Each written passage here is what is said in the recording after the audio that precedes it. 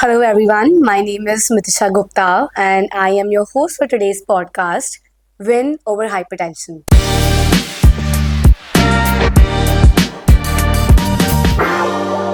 Where you can learn how to take care of your blood pressure through exclusive insights and practical advice. Today, we're talking all things about hypertension.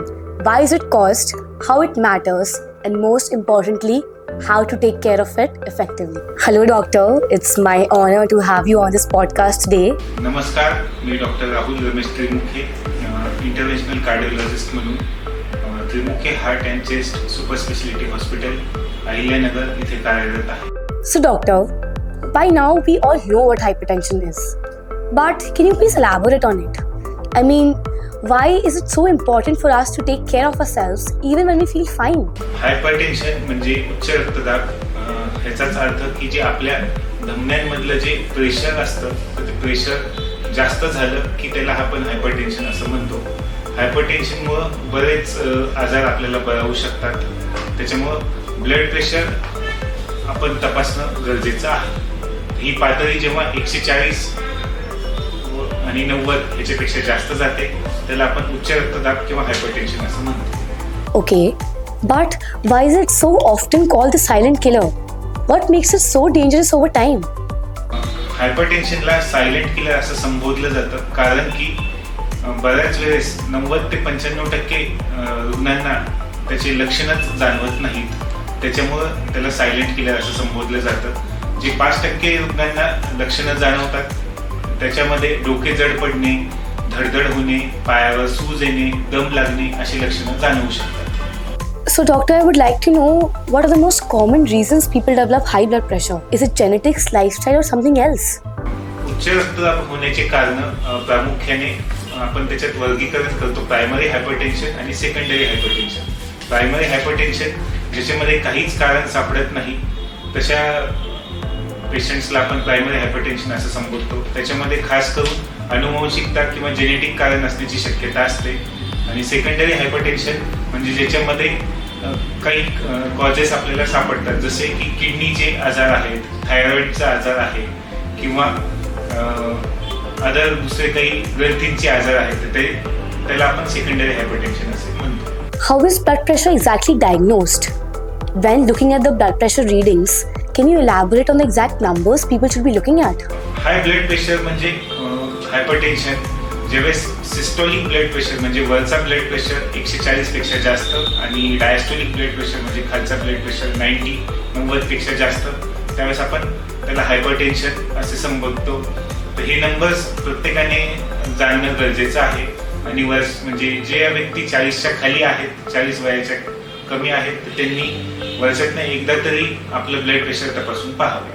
So, I would also like to know if someone has just been diagnosed with high blood pressure, what are the changes you would want them to make in their daily routine?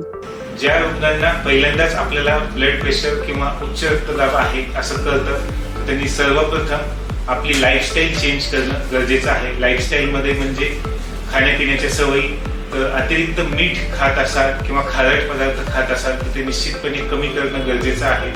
तसंच त्यांनी तळलेले पदार्थ किंवा junk food कमी करणं गरजेचं आहे. तिसरी महत्त्वाची बाब की त्यांनी डेली दररोज एक्सरसाइज करणं गरजेचं आहे. एक 30 मिनिटाचा एक्सरसाइज एरोबिक ऍक्टिव्हिटी जसे की वॉकिंग, सायकलिंग, स्विमिंग ह्या पद्धतीचे व्यायाम त्यांनी करणं गरजेचं आहे. आठवड्यातनं 5 दिवस तरी कमीत कमी व्यायाम करणं गरजेचं आहे. Can we say that hypertension can be treated without medication? Hypertension medicine शिवाय काही पेशंट्समध्ये ठीक होऊ शकतं. ज्यांना बॉर्डरलाईन हायपरटेन्शन आहे किंवा स्टेज 1 हायपरटेन्शन आहे म्हणजे वरचा बीपी 150च्या आसपास आणि खालचा बीपी 90च्या आसपास असेल तर त्या व्यक्तींनी आपले वजन कमी केले, आपली जीवनशैली व्यवस्थित ठेवली किंवा डॅश डाएट ह्याचा जर अवलंब केला. डॅश डाएट म्हणजे डाएटरी अप्रोच स्टॉप हायपरटेन्शन. त्याच्यामध्ये मिठाचा वापर कमी, त्याच्यानंतर फळभाज्यांचा वापर जास्त हवा, सॅलडचं प्रमाण हवं आणि जंक फूड टाळणे हे जर केलं आणि एक्सरसाइज छानपैकी केली तर निश्चितपणे एक 5 ते 10% पेशंटचा तरी ब्लड प्रेशर निश्चितपणे विदाउट मेडिसिन्स नॉर्मलाइज होऊ शकतो. Okay, when you say reassess regularly, how often people should check their blood pressure and what's the best way to do it right? ज्या व्यक्तींना हायपरटेन्शन आहे त्यांना डॉक्टरांकडून असा सल्ला मिळतो की घरी ब्लड प्रेशर चेक कर. तर त्यांनी ऑटोमॅटिक बीपी मशीन आणणं गरजेचं आहे. स्टँडर्ड कंपनीचं मशीन घेणं तेही तेवढंच गरजेचं आहे. ब्लड प्रेशर चेक करताना एकतर शांतपणे खुर्चीत बसणं किंवा झोपून ब्लड प्रेशर घेणं गरजेचं आहे. दोन्ही सिच्युएशन्समध्ये आपली पाठ टेकलेली असावी, आयदर खुर्चीला किंवा मग बेडला. त्याच्यावर पुन्हा पायाची एका वेळी घडी नकोय ब्लड प्रेशर चेक करताना. घाईघाईने ब्लड प्रेशर चेक करू नये. ब्लड प्रेशर चेक करताना श्वास रोखून धरू नये. ज्यावेळेस आपण ब्लड प्रेशर चेक करतो त्यावेळेस 2 रिडिंग आपण घेऊ शकतो एक 5 मिनिटाच्या अंतराने, आणि ते दोन्ही रिडिंग्स आपण आपल्या डॉक्टरांना निश्चितपणे दाखवू शकतो. I would also like to know what would happen if high blood pressure gets untreated for years and what parts of the body gets affected the most? जेव्हा ब्लड प्रेशर किंवा हायपरटेन्शनची ट्रीटमेंट होत नाही किंवा पेशंट्स गोळी घेत नाही आणि असं जर दीर्घ कालावधीसाठी झालं तर त्याने आपले महत्त्वाचे जे ऑर्गन्स आहेत तर त्याला डॅमेज होतो. तर आम्ही त्याला टार्गेट ऑर्गन डॅमेज म्हणतो. तर त्यामध्ये मेंदूमध्ये पक्षाघात किंवा पॅरालिसिसचा अटॅक येणे, त्याच्यानंतर डोळ्यामध्ये दिसायला कमी दिसणे किंवा रेटिनोपॅथी होणे. तिसरा हार्टमध्ये हार्ट अटॅक येणे किंवा अरिथमियाज होणे, हृदयाची पंपिंग कॅपॅसिटी कमी होणे. चौथं महत्त्वाचं की किडनी किंवा किडनीची फंक्शनिंग कमी होणे किंवा मूत्रपिंडाचा आजार होणे. तर हे असे महत्त्वाचे 4 अवयवांना निश्चितपणे ब्लड प्रेशर जर कंट्रोलमध्ये नसेल तर दीर्घकालीन त्रास संभवतो. So, this marks the end of our podcast, Win Over Hypertension. I would like to say a huge thank you to the doctor for sharing such valuable insights to us. Remember, hypertension isn't just a number, it's a signal.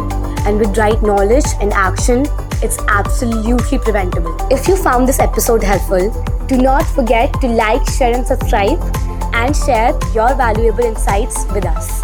Always remember, stay informed, stay proactive, and most importantly, stay healthy.